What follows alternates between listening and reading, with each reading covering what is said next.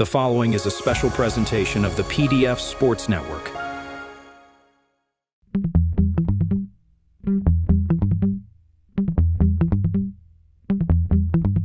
You know, right. The podcast that uncovers the origin stories of some of the biggest names in sports, media, and entertainment. Nick Durst here, along with Joe Calabrese and Joe.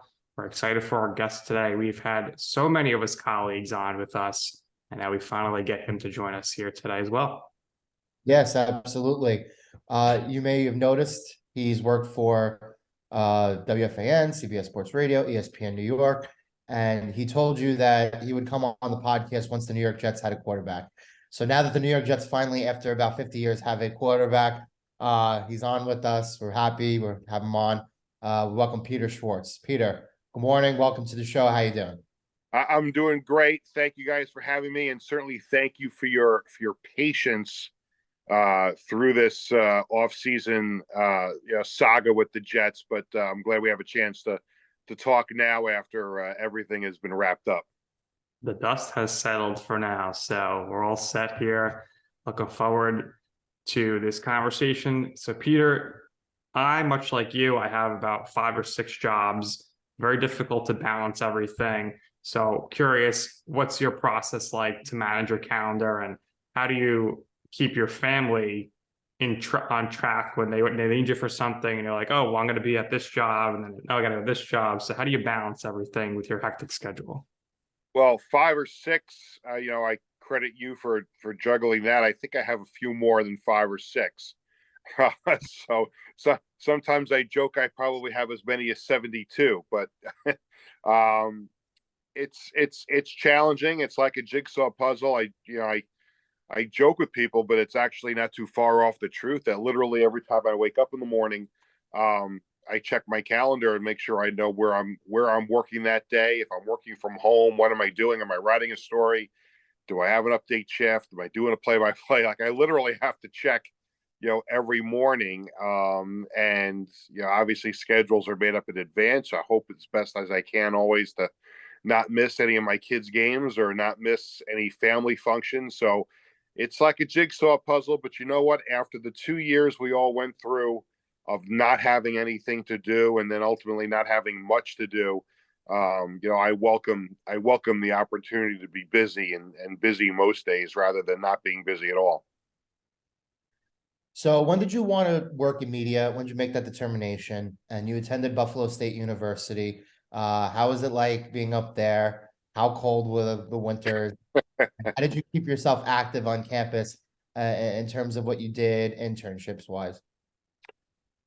Well, it's funny you asked that. A lot of people ask me, like, when did you know you wanted to be a sportscaster, when you wanted to be in sports? And for me, it was, a really young age. I knew pretty quickly I was not very good at playing sports. I think my little league career speaks for that. I was not very athletically inclined, but I just always loved to watch sports. And I remember one night at home watching, I'm a diehard Yankees fan, but I remember watching a Mets game with my dad on television. And I remember turning to him and saying, this is what I would like to do one day. I'd like to talk on TV or talk on the radio like, these people are doing right now. And it really struck me too, like driving in the car and listening to games with him on the radio. And my mother wasn't, although I love my mother very much and she's very supportive of everything I do. It was always my father and I who had, conversations about this and going to games a lot together. So I knew when I was pretty young that I wanted to do this, and going to Buffalo State was just a tremendous experience for me and a great opportunity. I wanted to go away to college. I wanted to go to a city where I knew that they had sports, where I'd be able to see my favorite teams play periodically. I wanted to go to a school that had a good broadcasting department. And Buffalo State, for me, checked all those boxes. At first, they were dumb enough to accept me in. I wasn't the greatest student in the world, but I learned quickly, what it meant to have a really good education, and they gave me a great education, and the experience at the college radio station and being able to cover the local pro teams in town was just tremendous for me as a college student, giving me, my first taste of that opportunity. And I will always relish it. It's been way too long since I've been up there to visit. I'm hoping to get up there at some point this summer. It's been a long time since I've seen some friends from college, but I loved it up there. And somebody mentioned before how cold was it. I think it was you, Joe, who asked me how cold it was up there. And people ask me that all the time. And yes, it was cold in Buffalo. Yes, it snowed in Buffalo.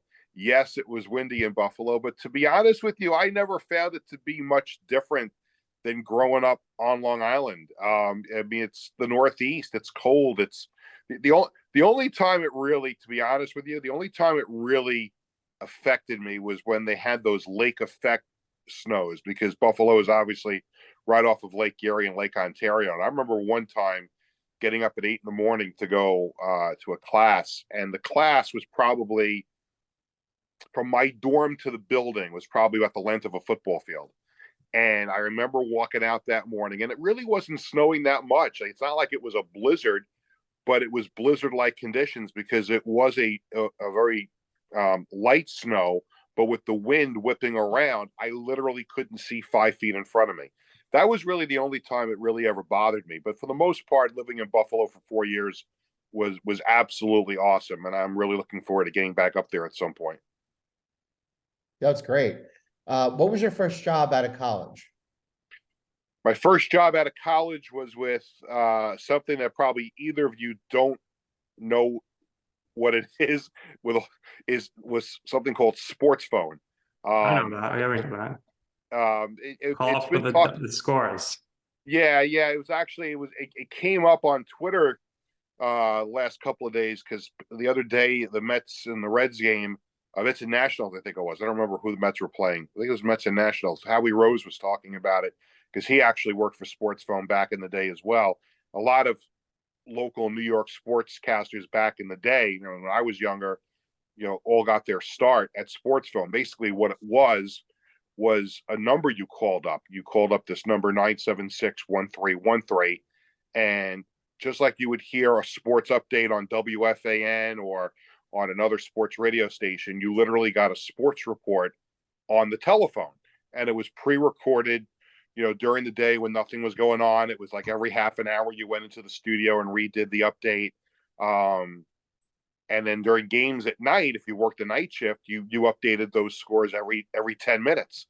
And it was wonderful experience. It was a great first job out of college. It gave me a chance to hone some skills doing updates. And we also had press credentials for all the teams in town. So I got to cover Yankee games and Met games and Islander games and Jets games, everything. Was just a great first job. I remember I was getting ready for a sports talk show at my college radio station. I was about to go into the studio, and I get a phone call at the radio station. They obviously didn't have a cell phone back then. I get a phone call from my mother. She had just read in Newsday, and she always looked in the want ads for me if she ever saw anything for jobs when I was home from college or whatever might be a fit. And she saw this ad for Sports Phone was looking for new employees. And I said, "Great, Mom, thanks. I'll call you back when I get back to my dorm tonight. I'll get the info." I did the show, and I got the info from my mother. The next day, I typed out everything, a cover letter, my resume, sent it off. I went on a job interview. They called me for a job interview when I was home for spring break. They said, "When can you start?" And I said, "Well, I still have to finish up college and graduate. So can you hold this job until like the end of May?"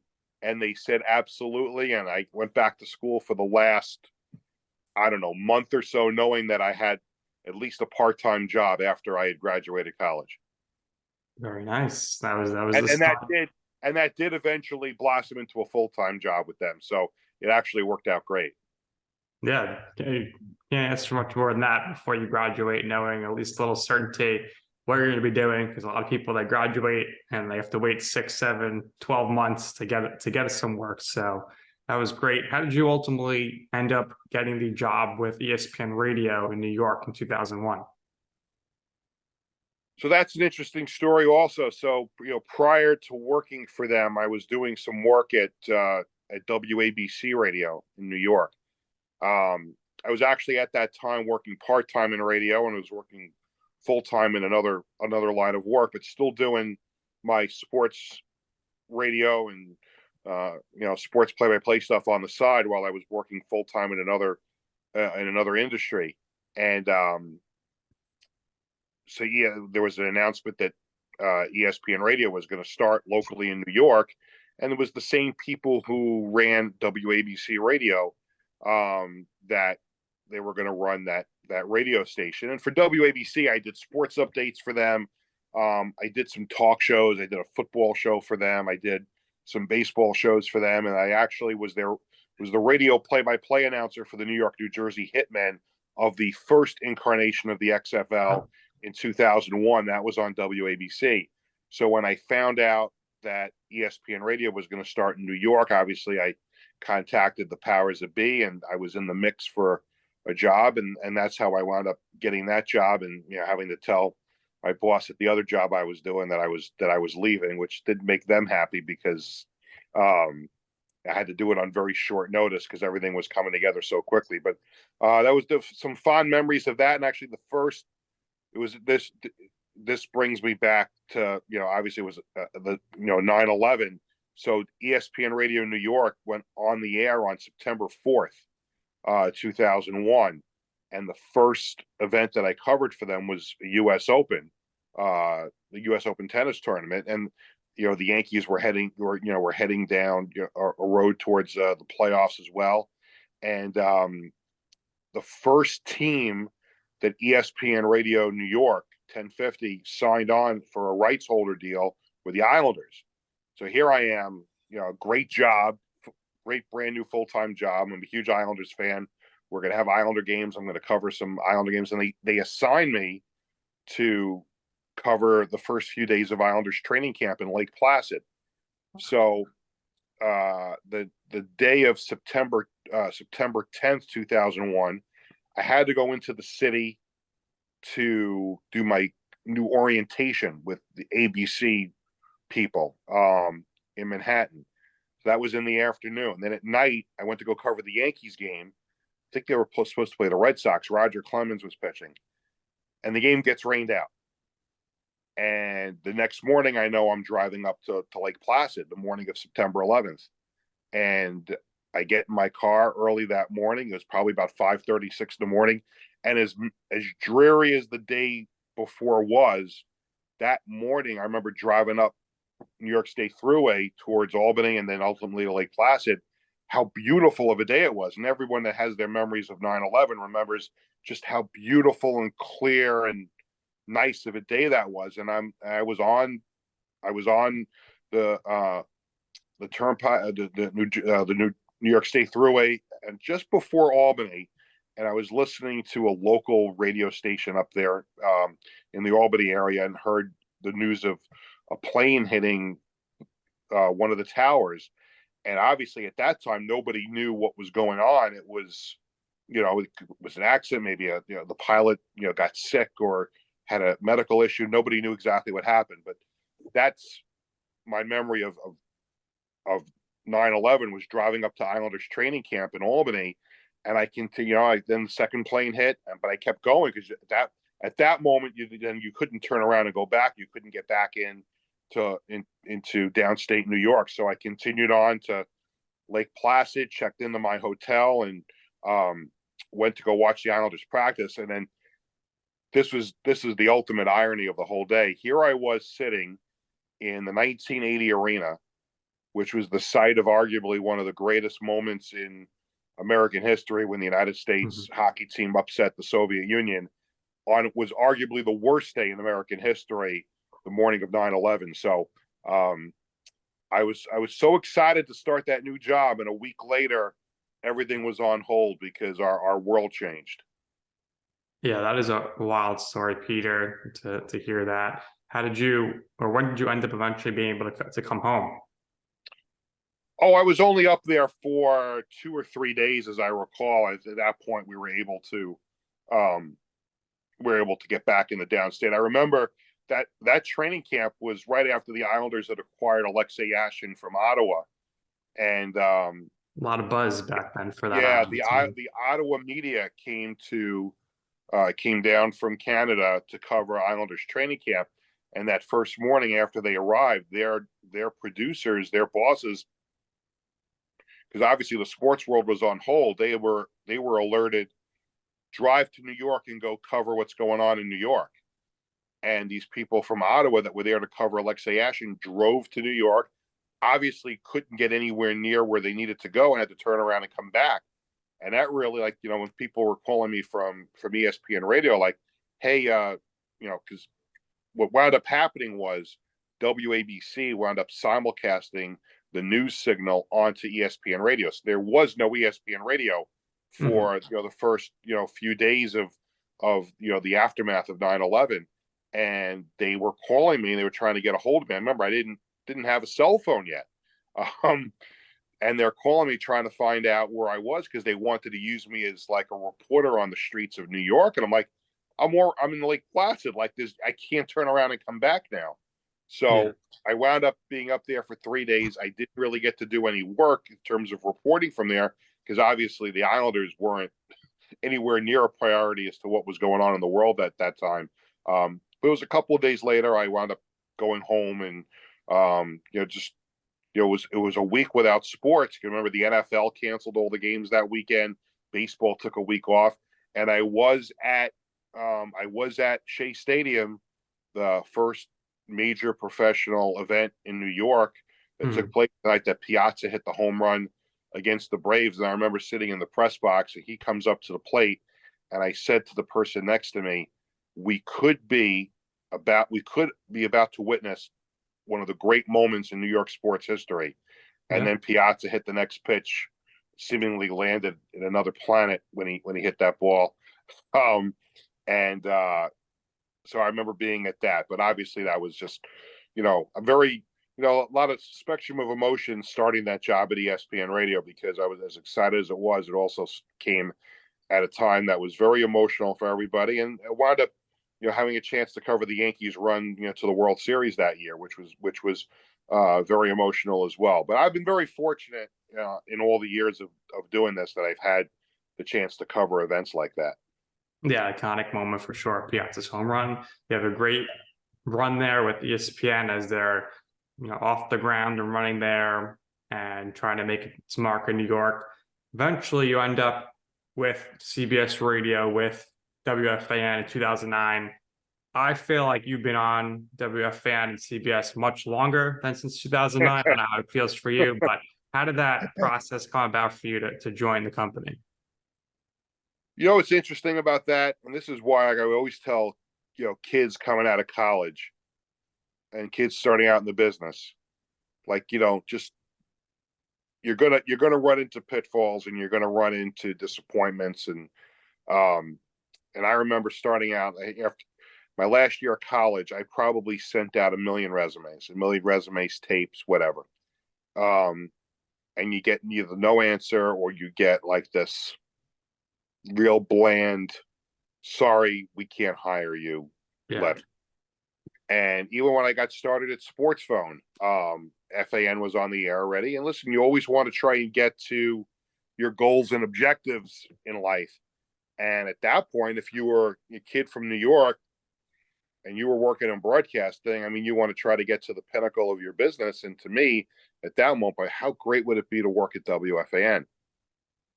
And I was working, for lack of a better term, I was working in New York media, working at Sports Phone. I was doing some other things too. And I kept sending tapes and resumes to FAN. I finally did get a response from them. It was from Mark Chernoff, who was the program director, a longtime program director at WFAN. And he wrote me back the best. I wish I still saved this. I don't have it anymore. I wish I had saved it. But he sent me back the best rejection letter that I've ever received from a job that I applied for. It was filled with constructive criticism. You sound great. Do this. Work on that.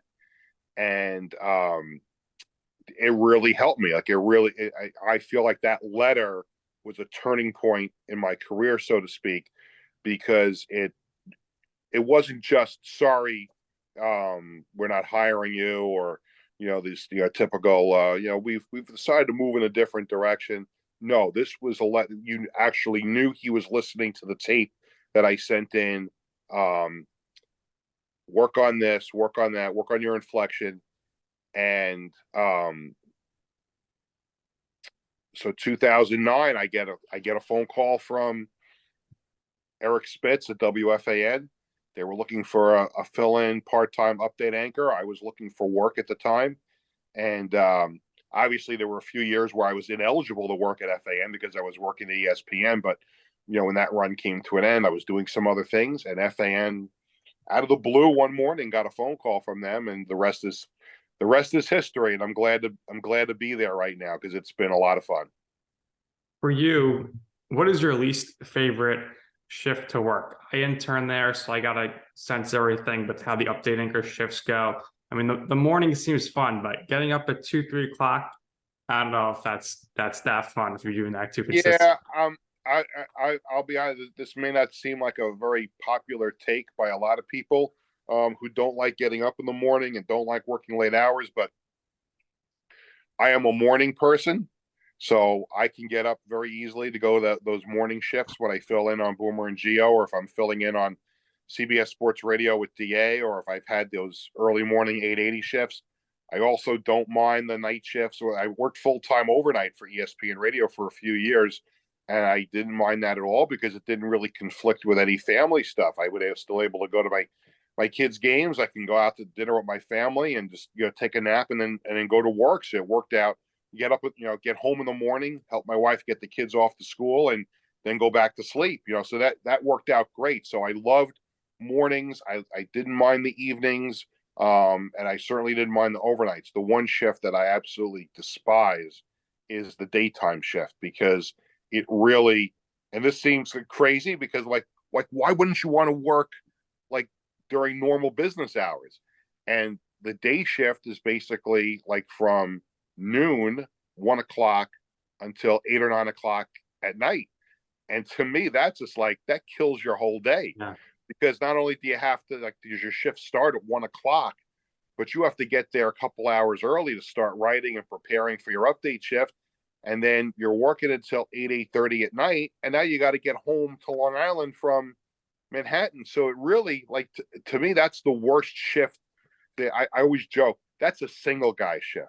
That's not a shift for someone like myself who's married with 2 kids, family of 4, that, we like, you get home from school, you get home from work, and, go to the game, go out to dinner, go to the mall, like if you have that shift from noon or 1 to 8 or 9 at night, I mean, you have to have like nothing else going on in your life to have a shift like that. Because I try, if at all possible, not to ever accept that, because that to me kills your whole day. Talk about the daytime shift at WFAN. Got to talk to you about a certain longtime daytime WFAN radio host. His name is Mike Francesa. What was it like having Francesa yell at you about the Jets? You know what's funny about that? People to this day remind me about that they were listening that day, or they were watching it on television. And I'm laughing only because, like, so every time somebody asks me that question, I just think about all the funny things that happened that day. The messages I was getting from people, my wife, working in her office, my wife's office had a cafeteria, lunchroom type thing where, like, a lot of the salespeople and people who take their breaks, they would go in there and the TV would be on, and 2 of the sales guys for her company were watching it, and they went over to her desk and they said, "Hey, Cheryl, you might want to check in with your husband. He just got the crap beaten out of him by Mike Francesa." And she called me. She's like, "Are you okay?" I'm like, "I'm fine. Everything was good." And just like that, everybody's opinion right off the bat was that Mike was angry at me. Mike was screaming at me. He was not screaming at me. I came to confirm this, after the fact, because I had a great relationship with Mike. He was not angry at me. He was angry at the information that the Jets were giving me. So he was screaming at the Jets through me. And here's the interesting part of that story. So at that moment, so this is circa 2010, 2010. Yeah, so it was a 2010. See, I just started covering the Jets, and my older son Bradley was just about 4 years old at that time. My younger son Jared had just been born the June of that year, right before the season started. So Jared was, in his crib sleeping at that point of the day. Bradley was in the den, right where I'm sitting right now, watching television. And so it was an off day for me. Like I wasn't out in Florham Park that day. I was off that day and home taking care of Bradley and Jared. And I said to Bradley, listen, WFAN wants me to go on and talk about the Jets. You want to watch Daddy on television? I'll put it on for you. So I turned on yes, and he's sitting here in this room watching it. And I remember it was a really nice day. I went outside in front of the house and I made the phone call to call Francesa outside. And we went through this whole thing. It was about Braylon Edwards and the drunk driving charge that he had. And the Jets had given out some really, really bad information the night before about everything. And Mike just lost it. He lost it on the Jet. Like, this ridiculous, because the Jets felt like they couldn't suspend him, where they couldn't suspend them, but they didn't have to play him. So there's this whole semantics argument. And Mike is telling me, I'm like, Mike, I understand. I'm just telling you what the Jets are saying. So Mike had this whole argument, but he was yelling at the Jets through me. Jets wound up calling me up because they heard this. They backtracked on a couple of things. And so I get off the phone with Francesa. I walk back in, and I remember Bradley is at the time. So this is like this is September of 2010. So he's all of 5 years old at the time. Daddy, why was that man yelling at you? Like he wasn't yelling. It sounded like he was yelling at you, and like he was not yelling at me. He was yelling at the Jets. And I remember like 2 weeks later, I think it was 2 weeks later, I was actually filling in for John Minko on a Sunday morning update shift. And so I was on with Mike on his Sunday morning NFL show. And so that shift would start like 6 a.m. through all the other shows. And then Mike's show, I guess, was at 9 o'clock that morning. And so it was about like 8:15 or so. I was getting ready for the 8:20 update. And I see Mike standing in the corner of the newsroom, not far from where my cubicle was. And I'm like, I have to go talk to him about this, because I'll go do the update. And I have to talk to him. Now, one thing about Mike was sometimes people didn't care for him, but he always took care of his staff. He always took care of his people.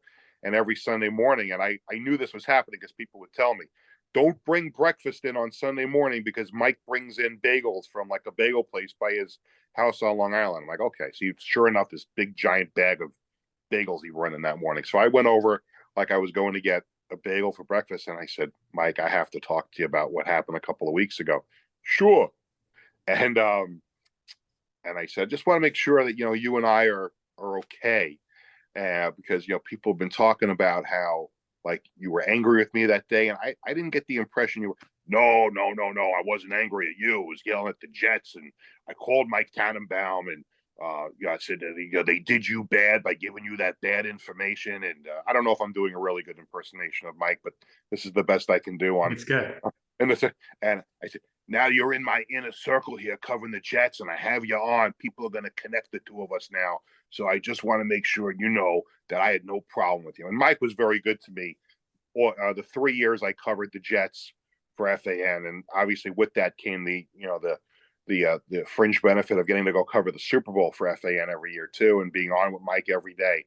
And even to this day, I stay in touch with him every now and then. I shoot him a text to say hello, and he was always very nice to me and very appreciative of my work. But no, in no way, shape, or form was Mike yelling at me that day. He was yelling at the Jets through me. Well, Mike wasn't the first person who's ever yelled at the Jets, and he won't be the last. Shoot the messenger, right? You're just doing your job. Well, I would always yell at the Jets when I was sitting in my season tickets in section 339 at Giant Stadium, but no, not like he yelled at the Jets through me that day. So you mentioned at the top, worked a lot of jobs. You said you 72 jobs. You've also worked play-by-play, and you're a public address announcer for the New York Cosmos and Long Island Ducks, some iconic independent New York brands and teams, and various other sports. So how did you get those opportunities? Was it a matter of you reaching out to them, wanting the extra work and the extra broadcast opportunities, or did people who work over there, who represent those teams, reach out to you? Well, with the Cosmos, and I missed that job. I was so excited when they came back in 2013, and I had a chance to work with them through their existence during their reboot. And obviously, it's disappointing that they had to stop playing again, but we don't know what's, there's pending lawsuits with that, so I don't have to get into that aspect of it. But knowing that they were coming back, I did reach out to them. I remember as a kid going to Cosmos games with my dad at Giant Stadium, and 70,000 people back in their heyday with, Canalia and Beckenbauer and Pele and all those great players that they brought over. My dad and I would go. It's funny sometimes. Hey Dad, you want to go to the Yankee game? Sometimes he'll say yes. Sometimes he was too tired from working and everything like that. But every time it was like, hey, you want to go to the Cosmos game? Like, oh, it's like he always wanted to go. It was something about, being at Giant Stadium with 70,000 people. It was just a unique event. And I loved going to Cosmos games, and it was great. And I always, will remember the championships that they won back in the day. So when I found out they were coming back, I'm like, boy, that would be great if I got to work for the team that, I grew up, loving to go to the games and rooting for them. And as it turns out, somebody I knew from another, from other part of the sports world, wound up getting a job with the Cosmos. And I reached out to him, and one thing led to another, and I got the job. The funny part about that was because of the people who owned the Cosmos, there was a company policy that they had to have, candidates for the job. And they were having an open practice one night in training camp. It was in training camp, or was an open tryout. I think it was an open practice. It was like a meet the team kind of thing. And they had like a fan fest at Hofstra where they were playing their home games. And the guy said to me, he goes, look, you're going to have to go through, I think you know where this is going, but there's another candidate for the job. And so you're going to split the announcements with him at the fan fest. And I said, okay. I said, do I have anything to worry about? And he goes, I can't come. It's just you have to show up and go through the rigmarole of the tryout. So I'm kind of like getting the gist of like, this is just like one of those things where like when a company posts a job, they have to interview X number of people to get the job. So I get to Hofstra Stadium that night with my family. That my wife takes the kids on the field to go do the activities, and they already had the other guy there doing the announcements that they had, for before it started. So I get upstairs and they say, okay, Peter, you're going to take over doing some of the announcements. So I go to sit down in the chair, and the other guy, who was a lot younger than me at the time, and he sits a couple of seats over to the left, and I read the first couple of announcements, and he looks at me, he goes, well, I could tell that you've done this before. And I said, yeah, I have a little bit of experience. He goes, well, what have you done? And I started to read off all the things that I've done, like working at ESPN, and I currently work at FAN. And then the guy sits there and goes, well, I could see where this is going. And he got up and walked out. Wow. that was the end of that. And I wound up getting the job. But I kind of figured I had the job. I just had to go through the rigmarole of doing the announcements that night. But I loved it. And during my tenure with the Cosmos, they won 3 championships after their reboot, and I was the PA announcer for 2 of them, because 2 of the 3 they won at home, and one of them was in front of over 10,000 people at Hofstra Stadium, which was just absolutely phenomenal. And 2 times during those 7 years of doing the Cosmos games, I actually got to interview Pele, introduce Pele Wow. came to see some of the games. That was pretty remarkable. Was getting to introduce arguably the greatest athlete of all time. I mean, that may be debatable to some people, but to get a chance to introduce Pelé to 10,000 people was pretty cool, and I miss that. That's one of the jobs I've had that I really miss. I wish they were still around. Well, Peter, I definitely miss one of your other famous jobs, the New York Dragons. You Oh, have to come back and reboot, because that was electric stuff. Garcia, tremendous legend in the Arena Football League. We'll see if anything happens there. You did a great article on that last year, I remember. well, let me just stop you for 1 second. I'm going to move the camera over this way, and if you can see in that case right there is a New York Dragons helmet. Wow. There's some other Dragons artifacts in that helmet. That helmet was when my wife and I got married. That was a wedding gift from the Dragons, signed by the whole team. That year, and I will say this about the Dragons, and I'll say this to anybody who would listen to me. In fact, the people that are bringing back the Arena Football League next year, and I've had conversations with them already about possibly having a role, whether there's a team in New York or not. My 8 years in the Arena Football League, not just the 8 years of doing play-by-play for the Dragons, but I also did work for the league. I did a radio show for the league on Sirius. I wrote for the league's website when there were Arena Bowls, neutral site Arena Bowls for 4 years. I did the national radio broadcast of the Arena Bowl, and did shows from Radio Row at the Arena Bowl. Those 8 years in the Arena Football League, hands down, the best job I've ever had in sports, the most enjoyment I've ever had in sports. And to this day, and the Dragons stopped and the league stopped after the 2008 season. It came back, but without the Dragons. Yeah. But those 8 years were so great to me in my career. So much fun, met so many great people. And like to this day, like I get emotional thinking about it, only because I miss it so much. It was the best job I've ever had. And I'm really hoping that next year, when the AFL does come back with the new ownership and the new management, that they figure out a way to get a team, if not at the Coliseum, somewhere in the New York metropolitan area, because that would really be a cool thing, is to get back involved with that. Yeah, the barn was really rocking in the 2000s. So hopefully there's a team in the New York area, reboot it.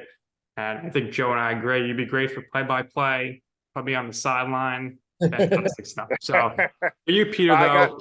I was able to get a little able to get a little taste of indoor football again a few years ago, because there's this other league called the National Arena League, and they had a team in New York a few years ago called the New York Streets, and they played in the Westchester County Center.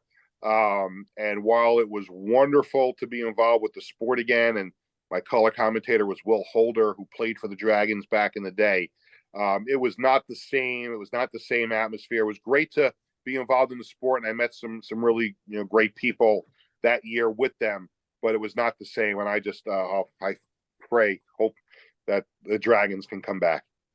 Tell us about how you're. Go ahead, Joe. Do you ever think it's going to grow to the popularity that it did before? Because at one point you had John Bon Jovi and all these people owning the Philadelphia Soul. It was a national brand, a really distinct national brand. And I think a lot of people have always wanted a filler spot for the seasons and the months that the NFL is not playing. And I think the Arena Football League actually accomplished that for a brief period of time. Do you think that in a reboot it could ever get back to where it was? That's a great question, and I don't know the answer to that question. I could tell you that some of the iconic franchises from the Arena Football League are still spread out around the country in some of the other indoor football leagues. So I think for the AFL to be successful, they probably have to try and figure out a way to get some of those teams back involved with them, whether it's the Arizona Rattlers or the Orlando Predators down in Florida. I mean, I don't know how you can bring the AFL back without having those iconic franchises that were the Iowa Barnstormers, who became the New York Dragons. They're in the IFL and the other indoor football league. So I would hope that they're able to bring back some of the iconic franchises. As far as the popularity goes, there were different eras of the AFL. You had that first era where the teams were basically in smaller markets like Iowa, Orlando, places like that where they didn't have a lot of professional sports teams, and they were able to really do very, very well in terms of attendance and popularity. And then the league started to grow and players' salaries started to go up.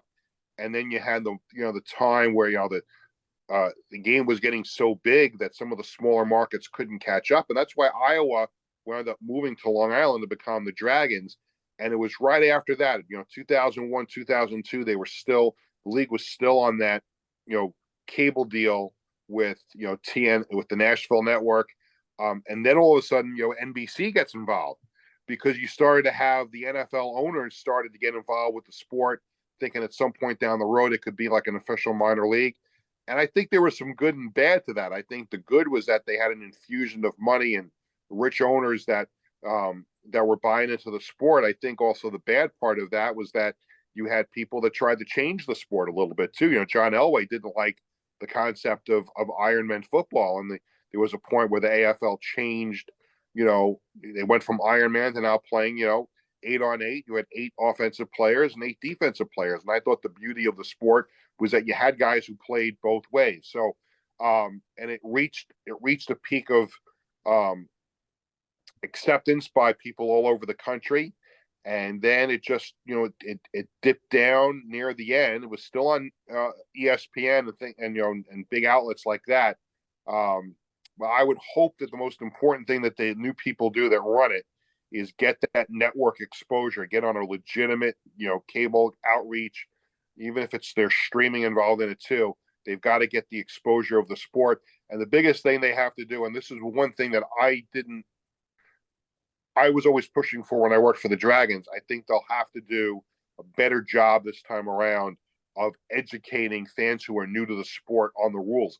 We did something with the Dragons. They had me voice over it at the games, was teaching fans the rules. It was like AFL 101. So I'm hoping that when they come back, they teach people about the history of the game, the rules of the game. And listen, I always got tickets for friends and family who always wanted to go see a game, and they would ask me once for free tickets, and they would get them, and then they would go back over and over again, because once you got a taste of it and you saw it in person, TV was great, but once you saw it in the building, there was no turning back. You were basically hooked on it. It was a great sport, and I think I think it will do well if you have the right people backing it and you market it to the right people. I certainly think it can be a success, in certain markets, and then we'll see. They say they're going to have 16 teams next year, so it'll be interesting to see which 16 they wind up going to. Hopefully, one of them has a 516 area code attached to it. We'll say the problem with the XFL reboot this time and the USFL is there's no New York team, or the USFL, there's a New York team that don't play in New York. So that's a conversation for another day. But Peter, for you, how does your prep work change between knowing you're going to be doing play-by-play for an event versus public address? Well, public address it's different than play-by-play, because obviously you don't necessarily have to have all the background information on all the players. You get to the game an hour and a half before, you're given a script. Remember, most of the time doing public address, I mean, you're announcing just a player's name, number, and position.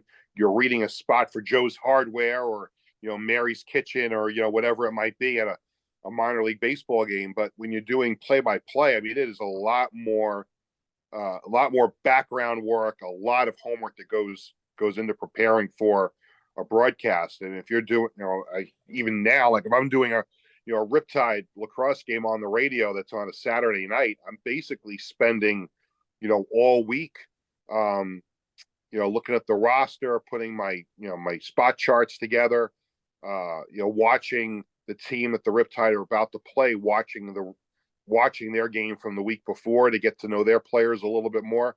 So play-by-play is there's a lot more background and homework that you have to do. PA is almost it's almost a breeze. I'm not going to say it's a complete breeze because there's still challenges that come with it. But as far as like knowing the players, you really just have to pronounce the players' names correctly. I mean, that's the simple part of it. And then, it makes that fun. To me, the rush you get from doing public address is hearing the fans' reaction to you announcing. It was a little bit surreal for me. A few weeks ago, I did my first Ducks game of the year. And Daniel Murphy, the former Met, is playing for the Ducks, and I'm introducing him in the starting lineup, and you hear I wait a second, you hear what was the reaction to the fans the way you announced that, and I stopped for a second after I announced Daniel Murphy's name because I wanted to make sure that I heard a little bit of the roar in the background, because here it is. Here's a guy that was a great Met for a long time and 2015 NLCS MVP, and here I am introducing him, at Fairfield Properties Ballpark in the Atlantic League, and I thought that was kind of cool. But the play-by-play is a completely different animal. I mean, you have to assume people are listening. They're trusting you to tell them exactly what's going on. And if the game is a blowout, you have to have something to talk about. So you have to know something about all the players, basically, during the course of the game, because you never know how the game is going to go. But to me, it's two completely different things to prepare for. So I have a little bit of public address announcing experience myself. Nick, between the both of us, he's the one who does a lot of collegiate broadcasting, independent broadcasting. But for the College of Staten Island here, we've worked several dates together, mostly soccer stuff, but it's not so difficult, but sometimes you got to watch stumbling on over some names and stuff if you don't really know. And that's something that you really can't ultimately prepare for all the time. I guess it's a little bit easier for you, especially if you have familiarity with other players who play for those independent teams. But we want to get to your other jobs here before we start letting you go. Started writing for Barrett Sports Media, and Nick and I are fortunate that our podcast here has been featured a couple of times for BSN. Most recently, I think we did an episode with Noe Eagle, the son of the great Iron Eagle. He's working in California now. He's a good friend of Nick and I. So BSN did a write-up there, and I forgot who did it, but it was really, really good, and it was surprising for Nick and I. We also wrote for various lacrosse publications, Greater Long Island Media Group, sports anchor, Fox News headlines 24/7. So again, you juggle a lot of things over here. So primarily what I want to ask you is, how did the Barrett Sports Media opportunity come about? Did Jason approach you with that? And for these other jobs, again, who approached you to do them, and how do you juggle them in your life? Well, it takes a lot of juggling. Sometimes people ask for your availability, and it's WFAN. You have to get your dates in that you're available for. And I always sometimes ask my boss, can I have an extra day or two? I'm just waiting to hear about what's going on, because you have other places that are asking you, when you could work. So sometimes it could be a little challenging that you don't want to get yourself double booked on the same day for two events. And God knows that's happened to me, where you've had to try to talk yourself out of a shift, with a place you've already said you can work. So that's not good. But when you have, several jobs and none of them are full time, that's a little bit of a challenge, but you do the best you can. And we make it work. As far as the Barrett Sports Media job goes, I've been very lucky to work for them. I think it's coming up on a year now that I'm working for them. I can't remember the exact date that I started, but they did have an ad on social media. They were looking for writers, and I reached out to Jason, and he was obviously, aware of my career and my experience, and he thought it would be a good fit. So I get to do an article a week for them, focusing on sports media personality. And it's been enjoyable, because while it's nice to write about people I know in the New York market, what's really been cool about that job has been, connecting with sports media people around the country that I did not know before talking to them. So, doing a story about, a personality in Cleveland or in Los Angeles or, in Chicago, executives around the country. That's the whole thing about this job, is networking and getting to know people, because you never know, someone you're talking to in Chicago, next week they could be working in New York and you could be working with them. So it's been kind of cool to connect with people all over the country and tell people stories. And that's been the most enjoyable thing so far, was, to me, is getting to meet different people and connect with them, not just for the story, but then connecting on social media and, staying in touch with them. So I really enjoyed that part of it. I don't think I'm destined to be the next Bob Raceman or Andrew Marchand or anything like that, but I do like telling stories about, people who work in our medium. How much of a thrill was it for you to be asked to throw out the first pitch for the Somerset Patriots? That came out of left field, no pun intended. That really did.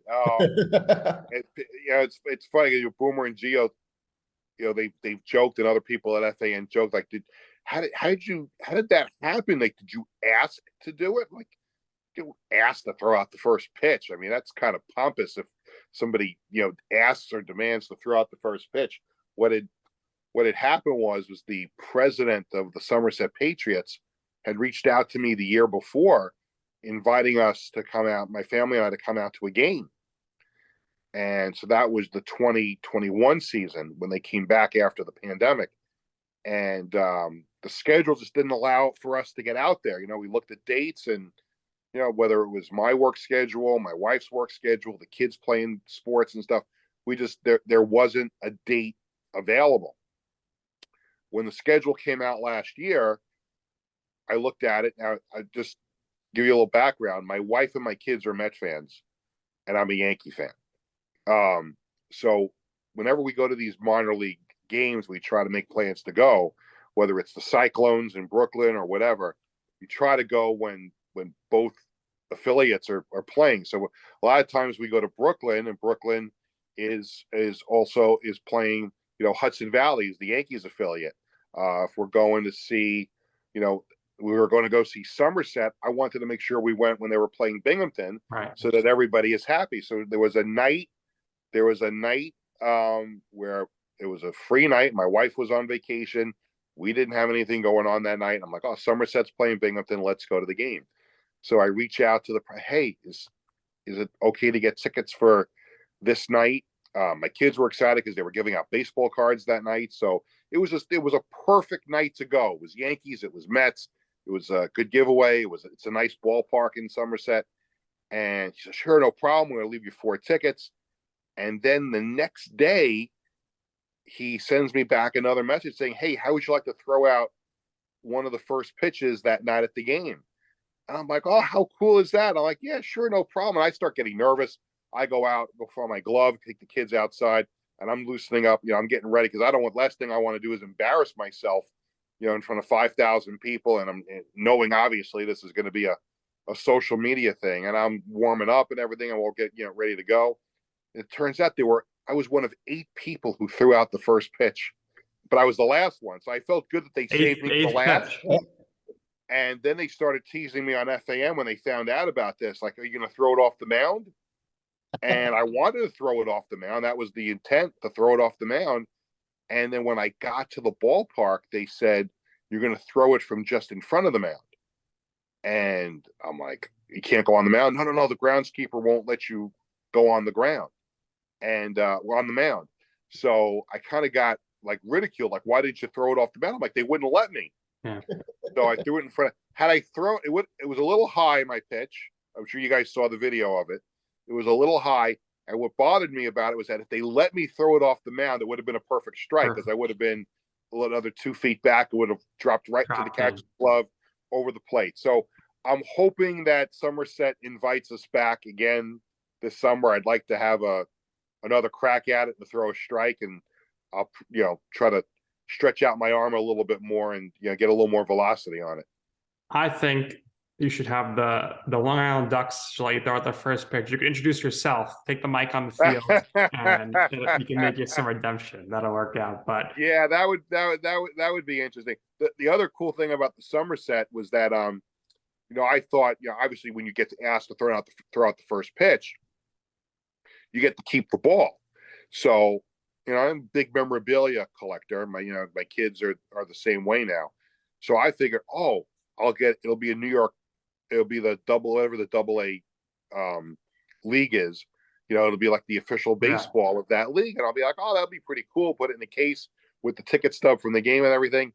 And we get out on the field that night, and there's a promotions guy from Somerset Patriots walking around with his bag, like a drawstring backpack. And he said, here's the ball you're going to be using for the first pitch. And I look at it, and it's just like a souvenir baseball.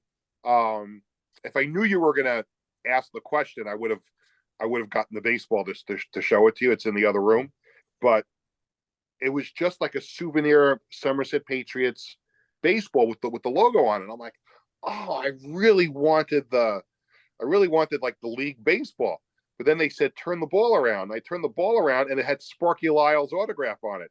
Sparky Lyle was obviously a Yankee great relief pitcher, who I loved as a kid growing up watching the Yankees. And he became the manager of the Somerset Patriots when they first started in the Atlantic League, the same league the Ducks were in, and he's still part of their management ownership group. So I'm like, you know what? That's a pretty cool souvenir to have. It's not the actual ball they're using in the game, but like I got Sparky, and I had to use that ball for the first pitch. And the last thing I want to do is throw one in the dirt or throw one over the catcher's head and ruin the autograph that was on there. So I was like, that got me a little petrified. So even though the pitch was high, thank God the catcher caught it, so it didn't ruin the autograph that was on there. So Peter, that's an incredible story. We thank you for your time. Everything's been incredible so far. Last question here. What would you say in your life or your career has been your I'm right moment? We mean by that is a time or place where you wanted to pursue something. You asked somebody for advice. They said, don't do that. Awful idea. And you were like, you know what? I'm going to do it anyway. And ultimately, you'll see why it is that I'm right. I'm going to give you two things if you can indulge me for just a moment. The first thing I would say is I was in high school, and I let it be known to everybody like I was going to college to get into broadcasting. And there was a social studies teacher that I had in high school. Was great guy. We always had great sports discussions. And, come in the next day. Islanders played the night before. We'd have a great chat about it, or a baseball game, whatever. So during my senior year, senior high school, 12th grade, I started letting everybody know, I'm going to Buffalo State. I'm going to major in broadcasting. I'm going to be a sportscaster one day. And so he pulls me aside one day before class and says, Peter, I just want to let you know, I think you're making a huge mistake doing this. And I said, why? He goes, my daughter tried to get into broadcasting years ago, and she failed miserably at it. And I don't want to see the same thing happen to you. I think you should look at something else for a living. And I'm saying to myself, wow, I have a career goal. I have a dream that I want to do. And here it is, a teacher in my high school that I thought I had a great relationship with is trying to knock me down from my objective. So, fast forward in college, coming home from college on visits, I would go in, visit the high school, and he would say, how you doing? I'm like, oh, I'm working at my college radio station. I'm covering the Sabres. I'm covering the Bills. And, when I'm home on break, the Islanders give me a credential to come, and then I got the first job at Sports Phone. So I always relished the fact that I proved him wrong, because it always bothered me. Like, how could someone who is supposed to help mold you as a person in school then find out what you want to do with your life and just try to knock you down from doing it? And I carry that with me every single day. When someone tells you that you shouldn't do something, you can't do something, you don't listen to that, but you listen to yourself. You don't listen to anybody else. And I have this conversation with my kids. My wife and I both will have this conversation. Like, don't let anybody ruin your dream. And my older son plays high school football, and he wants to play in college. And he's got people around him in school that have said to him, you're never going to make it. You shouldn't do it. You should try to do something else. And I remind him of my story all the time. Like, don't let other people knock you down and deter from your dream. So that set the tone for me a long time ago. The other moment where I knew I was on the right track for things, when I was doing the XFL in 2001. So many people in the sport, now I'm already established in the sports media at that point. So many people came up to me because they saw it, there were articles about it in the Daily News and things like that I was going to be doing play-by-play. And I had so many people come up to me and ridicule me for being involved with the XFL because it was owned by the WWF at the time, and it was going to be this crazy form of football and things like that. And my feeling was that, hey, this is going to be an opportunity to do play-by-play on a professional basis for 10 games on one of the biggest radio stations in the country in WABC.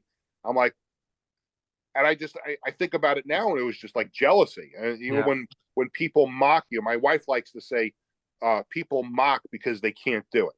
So people were like mocking me for doing this because you didn't have the opportunity to do it. I did.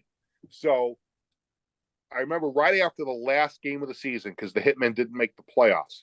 So the weekend after the regular season ended, I'm covering a Yankees game, and I go into I go into the press box, and my seat is all the way to the left, and I have to pass the Yankee radio booth. And standing outside the Yankee radio booth is John Sterling, who I get along with great, always got along with him, really always nice to me and encouraging in my career. And he stops me before I get to my seat, and he says, "Hello, Peter, I want to talk to you about something." And I said, "What's the matter, John?" He goes, "Because I want to talk to you about your experience with the XFL this year." Because because sometimes the Hitmen led into the Yankee game, or the Yankee game was over and then the football game started. And he told me that he caught a couple of the games, because I just wanted to let you know you did a really good job, doing the play-by-play. And I said, "Well, thank you. I really appreciate that. It's nice to hear that after so many people ridiculed me." And he would say, like, "Why do people ridicule you?" And this, that, and the other thing, I shouldn't be involved. And the next words out of his mouth was an expletive. Blank them. Yeah. He said, back early in his career, he did the World Football League. He did all these other things. He goes, "You got 10 games of pro football experience. They're just jealous." Same thing that my wife and I would tell our kids. And that always stuck with me too, so I knew when you have someone like that was so encouraging and so nice to me, that I knew I was on the right path. So those would be the two moments for me in my career where it was kind of like an eye-opening thing. Yeah, it definitely worked out, and the XFL launched things for you. Worked out for Matt Freskerg and some others, so nothing to be ashamed of. Peter, we thank you so much for your time. This has been a lot of fun, and that's going to do it here for this episode of You Know I'm Right. For our very special guest, Peter Schwartz, my co-host Joe Calabrese, I'm Nick Durst, and this has been You Know I'm